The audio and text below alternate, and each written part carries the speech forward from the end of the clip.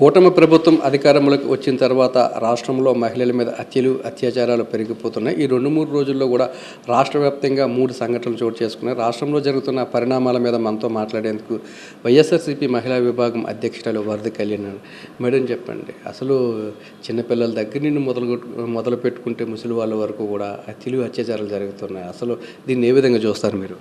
ఈ రాష్ట్రంలో మహిళలకి కనీస భద్రత లేదు అనే విషయం క్లియర్గా అర్థమవుతూ ఉంది. ఎందుకంటే ఈ రాష్ట్రంలో మహిళల మీద, చిన్నారుల మీద, మైనర్ బాలికల మీద వరుసగా అత్యాచారాలు, అఘాయిత్యాలు జరుగుతూనే ఉన్నాయి. కానీ ఈ ప్రభుత్వం వాటిని అరికట్టడంలో పూర్తిగా విఫలమైంది, ఉదాసీనంగా వ్యవహరిస్తుంది. ఇలాంటి దుర్మార్గులకి, దొండగలకి కఠినంగా శిక్షించే చర్యలు ఏవి కూడా తీసుకోవడం లేదు. దానివలన వీళ్ళు మరింతగా అడ్డు అదుపు లేకుండా విజృంభించి రోజుకి ఇన్ని సంఘటనలు మనం వినే, దుర్మార్గకరమైన సంఘటనలు వినే పరిస్థితిని ఈరోజు మనకు కల్పిస్తూ ఉన్నారు. ఎంత ఘోరం! ఈరోజు తీసుకుంటే వైఎస్ఆర్ డిస్ట్రిక్ట్ వేముల మండలంలో షర్మిల అన్న అమ్మాయిని 15 సార్లు కత్తితో పొడిచి ఆ దుర్మార్గుడు ఎంత దారుణంగా పొడి చేయడంతో ఈరోజు తిరుపతి రియో హాస్పిటల్లో ఆమె చికిత్స పొందుతూ ఉంది. చాలా దారుణంగా ప్రైవేట్ పార్ట్స్లో కూడా ఇలాంటి కత్తిపోట్లకు గురి చేయడం చూస్తూ ఉంటే సభ్య సమాజం సిగ్గుతో తలదించుకునే సంఘటనలు జరుగుతూ ఉన్నాయి. ఆ నిందితుడు ఈరోజు పరారీలో ఉన్నాడు. ఈ కనీసం నిందితుడిని పట్టుకోవడం కూడా చేత కాలేదు ఈ ప్రభుత్వానికి కానీ, ఈ పోలీసులకు కానీ. అలాగే నంద్యాల జిల్లా నందికొట్టూరులో తీసుకుంటే ఎంత ఘోరంగా అంటే అమ్మాయి నోట్లో గొడ్డలు కుక్కి పెట్రోల్ పోసి తగలబెట్టేశాడు ప్రేమోన్మాది. అమ్మాయి మృతి చెందింది. అలాగే తీసుకుంటే తూర్పుగోదావరి జిల్లా నల్లచెర్లలో ఒక అమ్మాయి మీద దారుణంగా దాడి చేస్తే అడ్డు వచ్చిన తల్లిని కూడా ఆ దుర్మార్గుడు తల్లి మీద కూడా దాడి చేయడం జరిగింది. ఈరోజు పరారీలో ఉన్నాడు. ఇలా తీసుకుంటే వరుసగా ఎన్ని సంఘటనలు వినాల్సి వస్తుందో. విశాఖపట్నంలో మొన్ననే మనం విన్నాం, నీరజ్ శర్మ అనే వ్యక్తి ఆ రోజు పెదగంట్యాడలో 25 రోజుల క్రితం ఒక అమ్మాయి మీద దాడి చేశాడు. ఈ రోజు కూడా పట్టుకోలేకపోయారు పోలీసులు. హోమ్ మినిస్టర్ గారు రోజుని ఆ పెదగంట్యాడ మీదుగానే తన సొంత నియోజకవర్గానికి విశాఖపట్నం నుంచి వెళ్తూ ఉంటారు. పోలీసులు ఏమని చెప్తున్నారు, ఆ నిందితుడంట సెల్ ఫోన్ ఏమో వదిలేసి వెళ్ళిపోయాడంట. సెల్ ఫోన్ లేకపోవడంతో వీళ్ళు పట్టుకోలేకపోయారంట. వీళ్ళు ఎంత చేతకానితనంగా వ్యవహరిస్తున్నారో మనం క్లియర్గా అర్థం చేసుకోవచ్చు. ఎంత దారుణమైన సంఘటనలు రోజుకి ఇన్ని జరుగుతూ ఉన్నా ఈరోజు ఈ రాష్ట్రంలో రోజుకి 50-60 సంఘటనలు మహిళల మీద అఘాయిత్యాలు, దాడులు, అత్యాచారాలు కలిపి జరుగుతూ ఉన్నాయి. గంటకి 2-3 సంఘటనలు జరుగుతూ ఉన్నాయి. కనీసం ఆడబిడ్డలకి ఈ రాష్ట్రంలో రక్షణ లేని పరిస్థితి ఉంది అనేది క్లియర్గా అర్థమవుతూ ఉంది. ఎందుకంటే దీనికి పూర్తిగా పోలీసుల వైఫల్యం, ప్రభుత్వ వైఫల్యం క్లియర్గా కనిపిస్తూ ఉంది. ఈ రాష్ట్రంలో పోలీసుల్ని ఎంతసేపు కక్ష సాధింపు చర్యలకు మాత్రమే వాడుతున్నారు. ఎక్కడ వైఎస్ఆర్సీపీ నాయకులు, కార్యకర్తలు దొరుకుతారా వాళ్ళ మీద తప్పుడు కేసులు పెట్టి రాజకీయ కక్ష సాధింపులు చేద్దామా అని చూస్తున్నారు తప్ప వాళ్ళకి స్వేచ్ఛ ఇచ్చి ప్రజల రక్షణకు, మహిళల రక్షణకు ఉపయోగిస్తే ఇలాంటి పరిస్థితులు వచ్చేవి కాదు.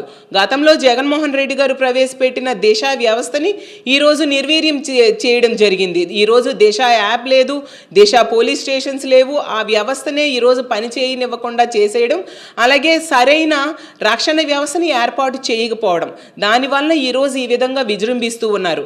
అలాగే తీసుకుంటే రాష్ట్రంలో మద్యం ఏరులై పారుతూ ఉంది. వీధికి ఒక బెల్ షాప్స్ని ఏకంగా వేలం వేసి పెట్టే పరిస్థితి ఈ రాష్ట్రంలో కనిపిస్తూ ఉంది. ఇంత దారుణమైన పరిస్థితులు నెలకొని ఉన్నాయి. స్కూల్ విద్యార్థులు మద్యం తాగి స్కూల్కి వెళ్తున్నారు అంటే ఎంత దారుణంగా మద్యం దొరుకుతూ ఉంది అనేది మనం అర్థం చేసుకోవచ్చు. అలాగే గంజాయి, విచ్చలవిడిగా గంజాయి సాగు జరుగుతూ ఉన్న పరిస్థితి. హోమ్ మినిస్టర్ గారు అయితే మాట్లాడుతూ ప్రెస్ మీట్స్లో చెప్తూ ఉంటారు, గంజాయిని 100 రోజుల్లో మేము అరికడతాము, ఉక్కు పాదంతో అణిచేస్తాము, ఇలాంటి డైలాగ్స్ అన్నీ ఆవిడ చెప్తూ ఉంటారు. కానీ ఎంత ఘోరం అంటే కేజీహెచ్ బ్యాక్ సైడ్ గంజాయి పండిస్తూ ఉన్న పరిస్థితి. సాక్షాత్తు ముఖ్యమంత్రి గారి సొంత నియోజకవర్గంలో కూడా గంజాయి సాగు చేస్తూ ఉన్న పరిస్థితి. గంజాయిని జైల్లో ఉన్న ఖైదీలకు కూడా సప్లై చేస్తూ ఉన్న పరిస్థితి.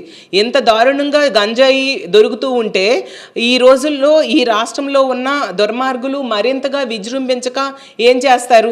కాబట్టి శాంతి శాంతి భద్రతల్ని కాపాడడంలో ఈ కూటమి ప్రభుత్వం అధికారంలోకి వచ్చాక పూర్తిగా విఫలమైంది అనేది క్లియర్గా అర్థమవుతుంది. సాక్షాత్తు ఒక మహిళ హోమ్ మినిస్టర్గా ఉన్న ఈ రాష్ట్రంలో 3 పార్టీలు కలిసి పరిపాలిస్తున్న ఈ రాష్ట్రంలో మహిళల భద్రత ఈ విధంగా ఉండడం చాలా దారుణం. ఇన్ని సంఘటనలు, రోజుకొక అత్యాచారం, రోజుకొక హత్య, రోజుకొక దాడి మహిళల మీద, చిన్నారుల మీద ఇలా మనం వినాల్సి వచ్చిన దుర్మార్గకరమైన పరిస్థితులు ఈ రాష్ట్రంలో ఉన్నాయి. ఈ రాష్ట్రంలో మహిళలు ఎంత ఘోరంగా ఉందంటే ఇంట్లో ఉన్నా రక్షణ లేదు, బయటకు వెళ్ళినా రక్షణ లేని పరిస్థితులు మనకు నెలకొల్పుతూ ఉన్నాయి. అలాగే ఈ నిందితుల్ని, ఇలాంటి దుర్మార్గుల్ని పట్టుకోవడంలో కూడా పూర్తిగా విఫలమైంది ప్రభుత్వం. ఈరోజు తీసుకుంటే హోమ్ మినిస్టర్ గారు ఎంతసేపు రాజకీయ ప్రెస్ మీట్స్, ప్రసంగాలు చేయడానికే పరిమితం అవుతున్నారు తప్ప మహిళల మాన ప్రాణాల రక్షణ కోసం ఎటువంటి చర్యలు ఆవిడ తీసుకోవట్లేదు.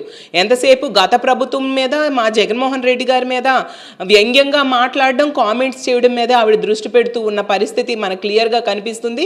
ఎప్పటికైనా ఈ కూటమి ప్రభుత్వాన్ని మేము కోరుతున్నాము, మహిళల భద్రత మీద దృష్టి పెట్టండి, మహిళల్ని రక్షించండి, మహిళల మాన ప్రాణాలని రక్షించండి. అలాగే తీసుకుంటే ఈ వరుసగా ఈ 4 సంఘటనలు మనం చూసాము. ఇందులో చనిపోయిన అమ్మాయి కుటుంబాన్ని, అలాగే ఈ బాధిత ఆడపిల్లల కుటుంబాలందరినీ కూడా ప్రభుత్వం నుంచి ఆర్థిక సహాయం అందించండి. ఇన్ని సంఘటనలు జరుగుతున్నా హోమ్ మినిస్టర్ గారు కనీసం ఆ రియా హాస్పిటల్కి వెళ్ళి, తిరుపతిలో ఆ రియా హాస్పిటల్కి వెళ్ళి ఆ బాలికని ఎందుకు పరామర్శించట్లేదు? అలాగే నంద్యాలలో ఆ బాలిక కుటుంబ సభ్యులను ఎందుకు పరామర్శించట్లేదు? దీనికి ఆవిడికి టైం ఉండట్లేదు, కానీ ప్రెస్ మీట్స్ పెట్టడానికి మాత్రం టైం ఉంటూ ఉంది. కాబట్టి ప్రభుత్వం ఎప్పటికైనా మహిళల రక్షణ మీద చర్య తీసుకోవాలి. అలాగే దిశ వ్యవస్థని, ఆ రోజు జగన్మోహన్ రెడ్డి గారు ప్రవేశపెట్టిన దిశ యాప్ని పునరుద్ధరించాలి. ఇలాగే ఇంత దారుణమైన పరిస్థితులు కొనసాగితే మాత్రం ఖచ్చితంగా వైఎస్ఆర్ కాంగ్రెస్ పార్టీ మహిళలకు అండగా నిలబడుతుంది. మహిళల తరపున ప్రజా పోరాటాలు చేయడానికి మేము సిద్ధంగా ఉన్నామని తెలియజేస్తూ ఉన్నాను. మహిళలకు రక్షణ కల్పించడంలో కూటమి ప్రభుత్వం పూర్తిగా విఫలమైందని, రోజుకు రాష్ట్రంలో ఏదో ఒక చోట మహిళల మీద హత్యలు, అత్యాచారాలు జరుగుతున్నప్పటికీ కూడా వారి రక్షణకు సంబంధించిన ఏ చర్యలను కూడా ప్రభుత్వం తీసుకోలేదని, రానున్న రోజుల్లో ఇదే పరిస్థితి కొనసాగితే బాధితులకు అండగా నిలబడి ప్రభుత్వం మీద పెద్ద ఎత్తున పోరాటం చేయడానికి తాము సిద్ధంగా ఉన్నామని చెప్తున్నారు. కెమెరామెన్ అప్పలరాజుతో నాయుడు, విశాఖపట్నం నుంచి.